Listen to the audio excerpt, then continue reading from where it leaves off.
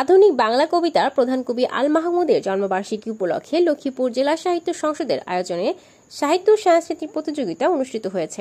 26শে জুলাই Laxmipur national ideal school and কলেজের শিক্ষার্থীরা এই প্রতিযোগিতায় অংশগ্রহণ করেন। সাহিত্য সংসদের সভাপতি ডাক্তার মোহাম্মদ সালাউদ্দিন শরীফের সভাপতিত্বে কলেজ মিলনায়তনে অনুষ্ঠিত আলোচনা সভা ও পুরস্কার বিতরণী পর্বে প্রধান অতিথি হিসেবে ছিলেন দৈনিক নয়া দিগন্ত পত্রিকার সাহিত্য সম্পাদক কবি জাকির আবু জাফর। বিশেষ অতিথি হিসেবে ছিলেন গীতিকার ও সাহিত্য সমালোচক হোসেন আলমগীর। স্বাগত বক্তব্য রাখেন সাহিত্য সংসদের সাধারণ সম্পাদক গাজী গিয়াসউদ্দিন।